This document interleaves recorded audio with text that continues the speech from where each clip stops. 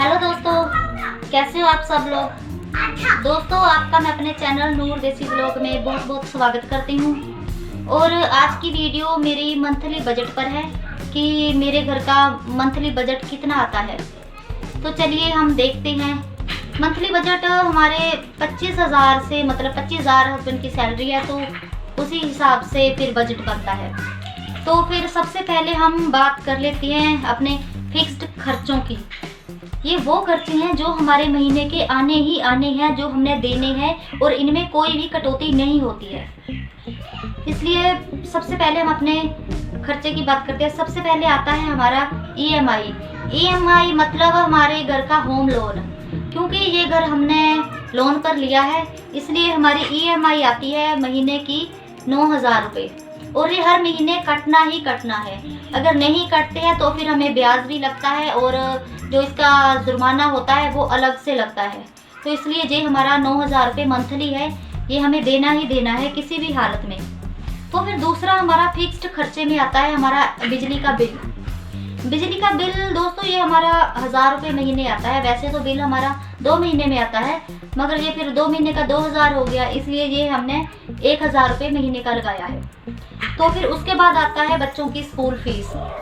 2 बच्चे हैं मेरे, 2 बेटियां, एक है स्माइल 1 में और बड़ी है फर्स्ट क्लास में। तो उनकी स्कूल फीस है 2,000 रुपये। इसमें दोस्तों मैंने ट्रांसपोर्ट फीस ऐड नहीं की है, क्योंकि 3-4 महीने पहले हमने ट्रांसपोर्ट इनकी लगवाई थी। यही नवंबर दिसंबर तक ही मैंने हटवा दी है, क्योंकि उसके बाद हमने अपनी एक्टिवा ले ली सेकंड हैंड।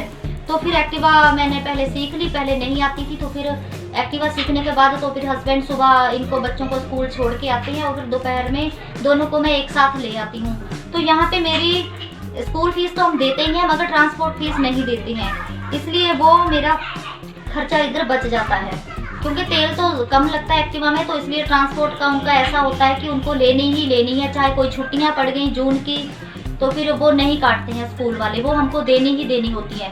एक्टिवा का ऐसा होता है कि अपने साधन की नाले वैसे भी मौज है, और क्योंकि 4 संडे आते हैं हर महीने, और इतनी कई बार फिर छुट्टियां हो जाती हैं, हमें पिंड जाना होता है, कोई प्रोग्राम आ गया, तो इसलिए बच्चों की छुट्टियां हो जाती हैं, इसलिए वो हमारे हाथ होता है, वो हमारी बचत ही है।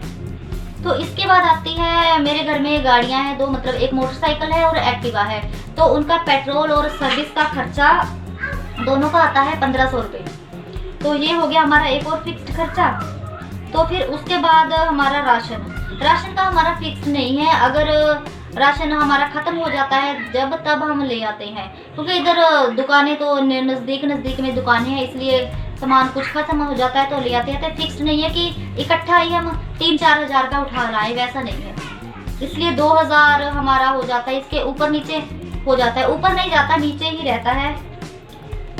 और मिल्क, इसके बाद आता है मिल्क हमारा 1,500 रुपये होता है, और इसमें भी थोड़ी मेरी बचत हो जाती है, क्योंकि कभी हमें पिंड जाना होता है तो सभी रिश्तेदार दूर है, इसलिए 3-4 दिन, या फिर मैं मायके जाती हूँ तो वहाँ पे मेरा हफ्ता लगता ही लगता है, क्योंकि दूर है ना, इसलिए।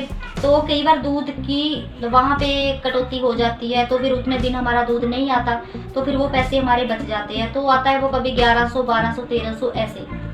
तो इसके बाद आता है हमारा गैस दोस्तों, हमारा सिलेंडर जो हमने इसका 600 रुपये लगाया है। वैसे तो मेरा ये सिलेंडर, मेरा एक सिलेंडर 2.25 महीने निकालता है, मतलब 2.25 महीने, कभी 1.5 महीना निकल गया, इसलिए ये महीने का मेरा 600 रुपये आ गया। दोस्तों ये खर्चे में आपको 4 लोगों, मेरे घर में 4 मेंबर है, हम हस्बैंड वाइफ और 2 मेरे बच्चे, इसलिए उसके हिसाब से बता रही हूँ आपको। तो इसके बाद आता है हमारा फिक्स्ड खर्चा, जो हमारा कूड़ा करकट उठाने वाला आता है ना भैया, वो वाला, वो हर तीसरे दिन आता है।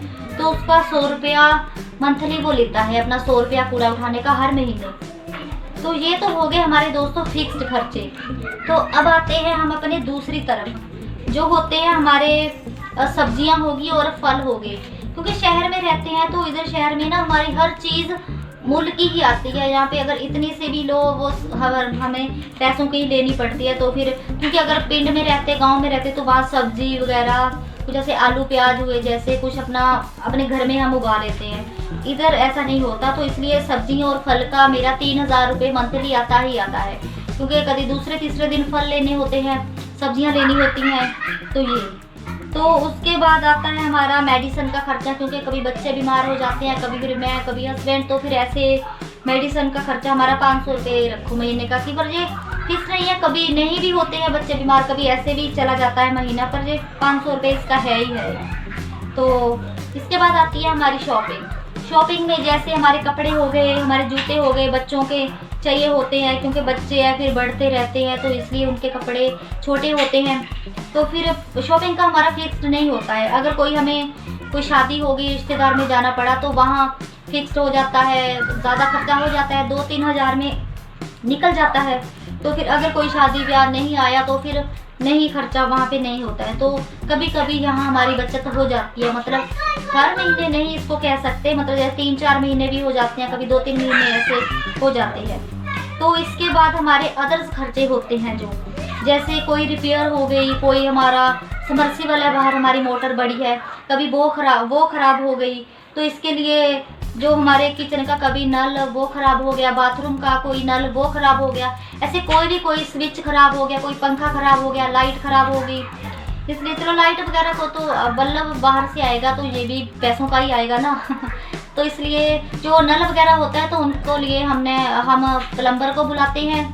तो ये हो गए हमारे खर्चे, जैसे अदर्स होते हैं, इसके लिए हमने इसका 1000 रुपये रखा है, इसका कि 1000 रुपये हमारा महीने का आ जाता है। अगर ख़राब हो जाए तो फिर लग जाता है 1000 रुपया, अगर नहीं ख़राब हुए तो फिर वो भी बच जाता है कभी कभी। बस, तो फिर ये थी दोस्तों मेरी आज की वीडियो, जो मतलब मेरे घर का बजट था, मतलब 25,000 रुपये। तो ये हमारा सारा टोटल मतलब निकाल के मेरा 23,000 होता है ये खर्चा सारा। 25,000 में से फिर भी 2,000 बच जाता है, कभी 3 बच जाता है।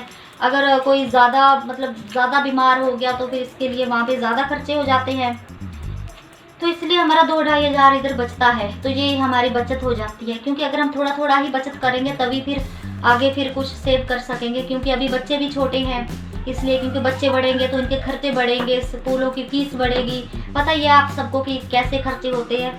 तो चलिए दोस्तों, ये थी मेरी आज की मंथली बजट की वीडियो।